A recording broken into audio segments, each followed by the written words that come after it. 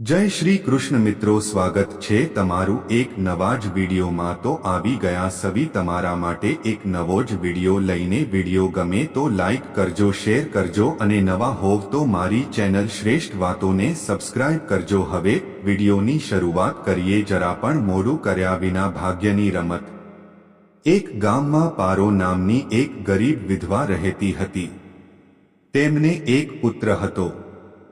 ते एटली गरीब हती के घरमां 4 वासणो हता, शैलीमां पण न हती। छोकरो हजू नानो हतो।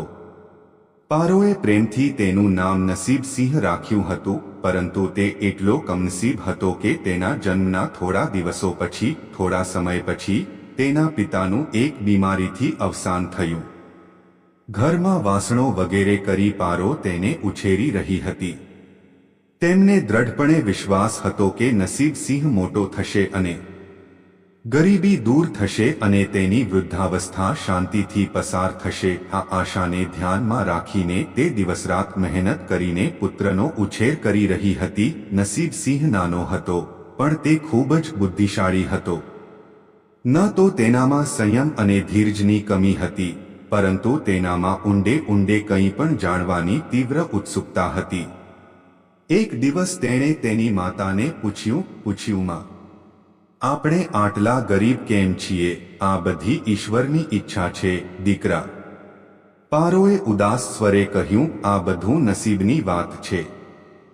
પરંતુ નસીબ સિંહે આ જવાબ આપ્યો મળ્યા પછી સંતોષ થયો ન હતો। તેણે કહ્યું, ઈશ્વર આટલી ઈચ્છા કેમ છે દીકરા? ભગવાન જ જાણે છે। જો ભગવાન જ જાણે તો સારું। હું ભગવાનને જ પૂછીશ કે આપણે આટલા ગરીબ કેમ છે। મને કહો માતા, મને કહો કે ભગવાનને ક્યાં શોધવો? પારો હંમેશા એવી જ ચિંતામાં રહેતી।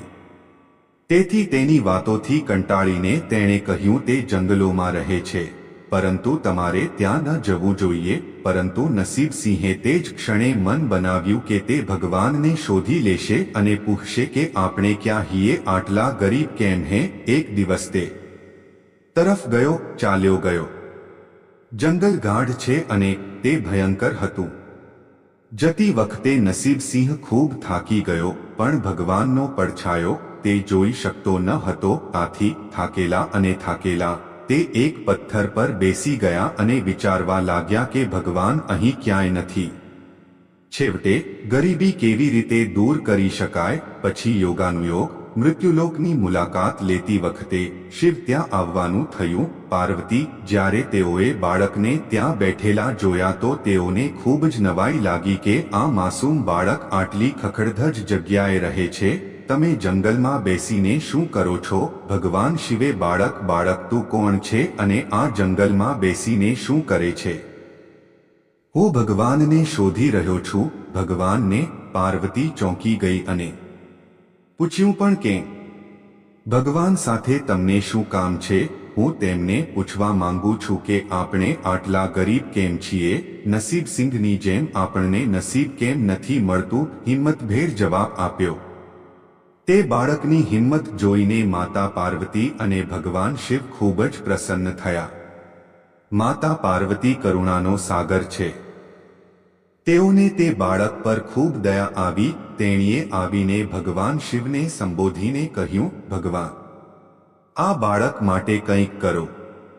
અમે પાર્વતી કંઈ કરી શકતા નથી, કારણ કે તેના નસીબમાં આ જ લખ્યું છે। ભાગ્યદેવતાના લખાણો અનુસાર તેમણે સમાન જીવન જીવવું છે।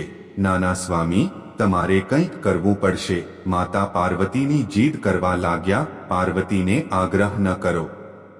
જો આપણે તેને કંઈક આપીએ તો પણ તે આટલેથી અટકશે નહીં। તેને ભાગ્યદેવની ઈચ્છા પ્રમાણે જીવન જીવવા દો। ના ભગવાન, તમારે તેની ગરીબી દૂર કરવા માટે તેને આશીર્વાદ આપવા પડશે।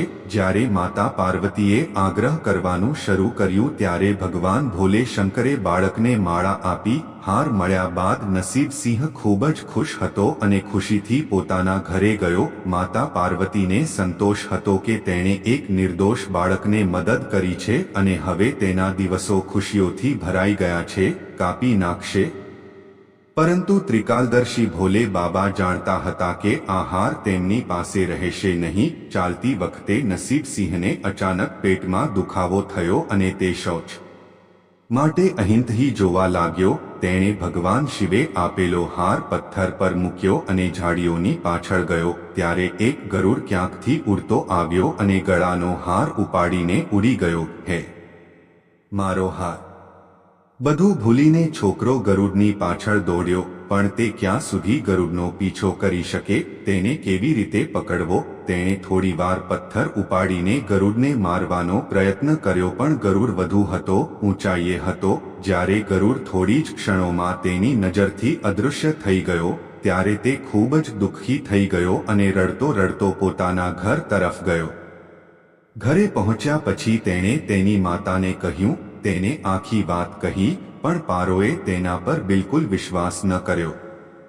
હા, તેની વાત સાંભળીને મને ચોક્કસથી થોડું દુઃખ થયું, પરંતુ માતા લિયોનું ભાગ્ય ઉદાસીનતા જોઈને નિરાશ ન થયા. તેણે મનમાં નક્કી કર્યું કે તે કાલે ફરીથી ત્યાં જઈને ભગવાન શિવને પાર્વતીને પોતાની આપત્તિ વિશે જણાવશે. તે માનતો હતો કે ભગવાન શિવ તે ધૂર્ત ગરુડને ચોક્કસપણે સજા કરશે.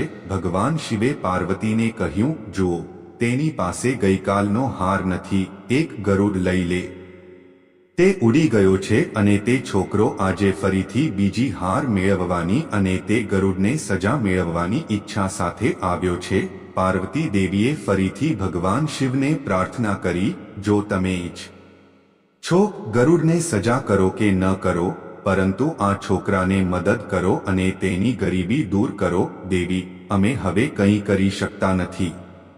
જો તમે આગ્રહ કરશો તો અમે બ્રહ્માને આ બાળકને મદદ કરવા કહીશું. ભગવાન શિવે બ્રહ્માને આ વાત કહી, જીને આખી વાત કહી અને વિનંતી કરી કે તેઓ કોઈ રીતે મદદ કરે. ત્યારે ભગવાન બ્રહ્માએ છોકરાને હીરાની વીંટી આપી. છોકરાએ વીંટી પોતાના ખિસ્સામાં રાખી અને ખુશીથી ઘરે ગયો. તેણે નક્કી કરી લીધું હતું કે હવે તે એક ક્ષણ માટે પણ વીંટીને પોતાનાથી અલગ નહીં કરે. ચાલતી વખતે તે અચાનક તરસ લાગી.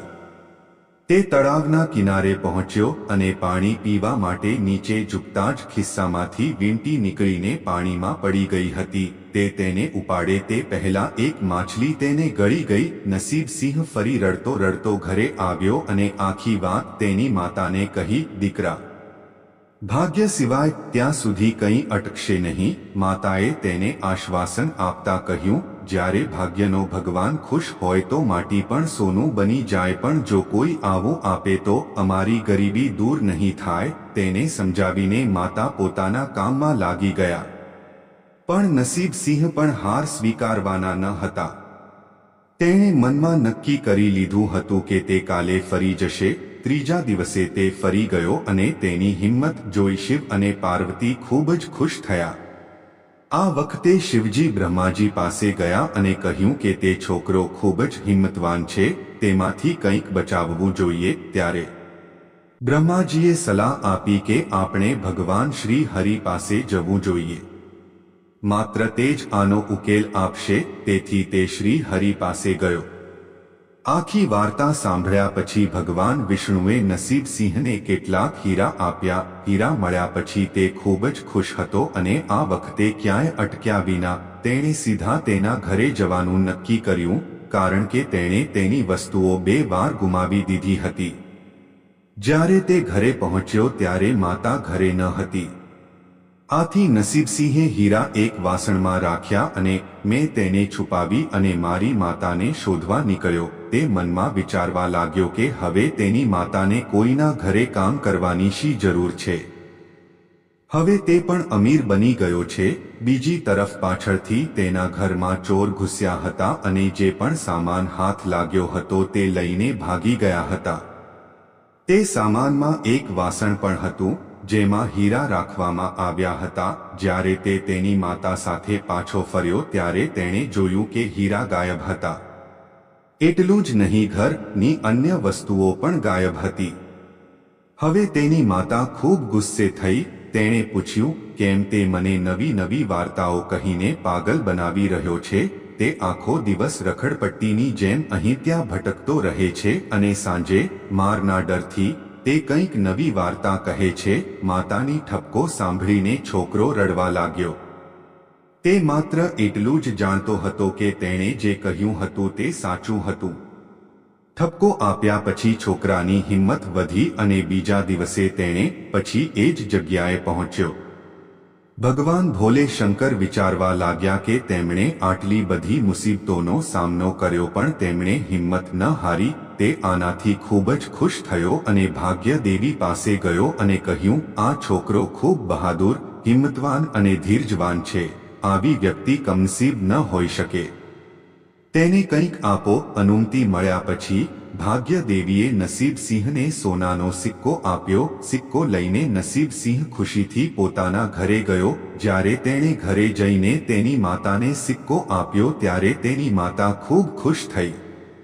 હવે કારણ કે તેને દેવી ભાગ્યનો આશીર્વાદ મળ્યો હતો, તેના બધા કામ આપોઆપ શુભ થઈ ગયા. બીજે જ દિવસે જ્યારે એક માછીમાર તેના ગામમાં માછલી વેચવા આવ્યો ત્યારે છોકરાએ તે જ સિક્કો આપીને માછલી ખરીદી. તેની માતા માછલીનું પેટ જ્યારે તેને કાપવામાં આવ્યું ત્યારે તે બ્રહ્મદેવે તેમને આપેલી વીંટી હોવાનું બહાર આવ્યું અને જે તેમના ખિસ્સામાંથી તળાવમાં પડી ગયું હતું. માતાએ વીંટી સુરક્ષિત રાખી અને નસીબસિંહને કહ્યું, જા દીકરા, જંગલમાંથી લાકડું લઈ આવ. આજે ઘરમાં ઈંધણ નથી. છોકરો કુહાડી લઈને જંગલ તરફ ગયો. ત્યાં ઝાડ પર જાઓ. જ્યારે તે લાકડું કાપવા ચઢ્યો ત્યારે ત્યાં એ જ ગરુડનો માળો હતો જેણે તેનો હાર છીનવી લીધો હતો. છોકરાએ જોયું કે ગરુડ ક્યાંય નજીકમાં નથી. નસીબસિંહ તેણે પોતાનો હાર ઉપાડ્યો અને ઝાડની આજુબાજુ જે થોડું લાકડું પડેલું હતું તે ઉપાડ્યું અને ઘર તરફ પ્રયાણ કર્યું. માળા હાર મેળવીને માતા ખૂબ જ ખુશ હતી. હવે આપણે જોઈશું તેમના દિવસો બદલાયા છે. ઘરમાં કોઈ વસ્તુની કમી નહોતી.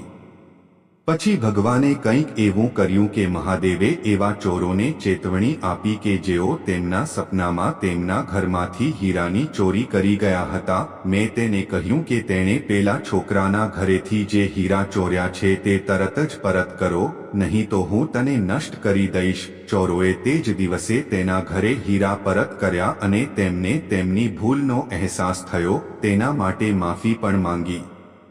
આ રીતે તે કમનસીબ માણસનું નસીબ સુધર્યું.